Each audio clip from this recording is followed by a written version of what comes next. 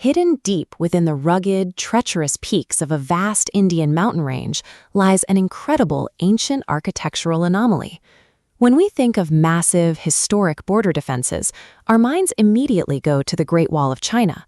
But winding through the Aravalli Hills of Rajasthan is Kumbhalgarh Fort, entirely enclosed by the second-longest surviving continuous stone perimeter on Earth.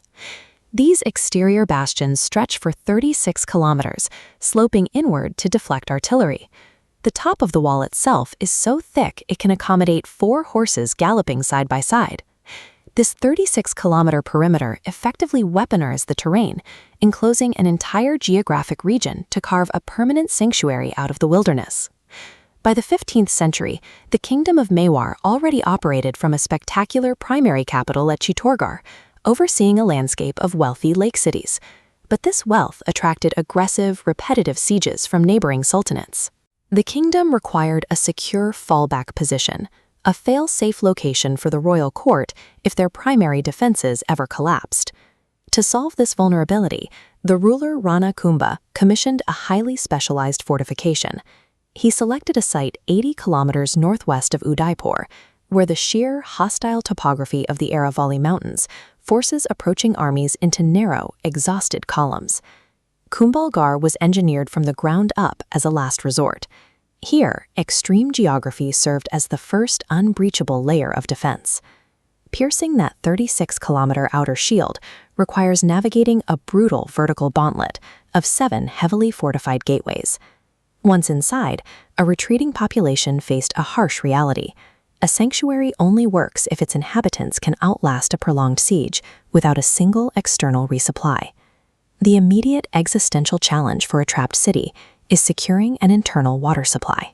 To sustain thousands of defenders, Rana Kumbha constructed the Lakhola tank, a massive reservoir nestled directly within the fort's walls that captured and held seasonal monsoon water.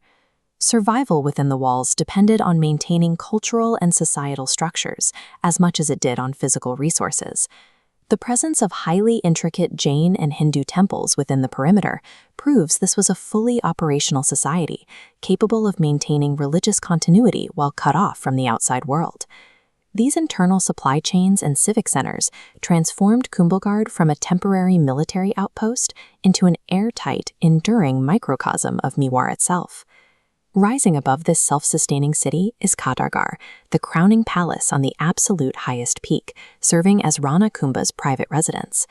This map shows Kumbhalgarh's footprint draped over the Aravalli Mountains, revealing the tactical value of its elevation.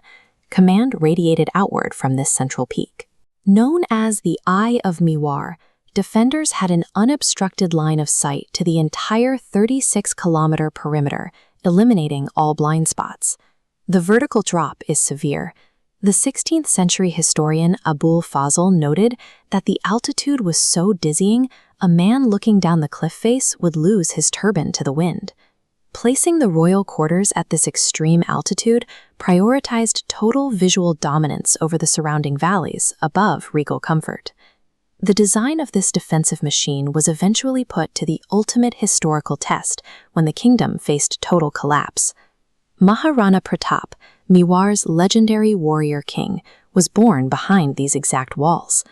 When the heavily armed forces of the Mughal Empire pushed deep into Rajasthan, Pratap engaged ending decades of brutal, close-quarters warfare.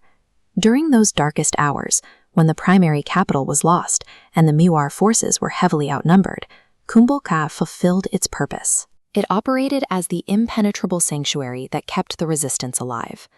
Today, the hostile terrain that once repelled invading empires is protected as the Kumbhalgarh Wildlife Sanctuary. Its sheer scale continues to draw global academic attention, with historians like James Todd comparing its stone bastions to ancient Etruscan fortresses.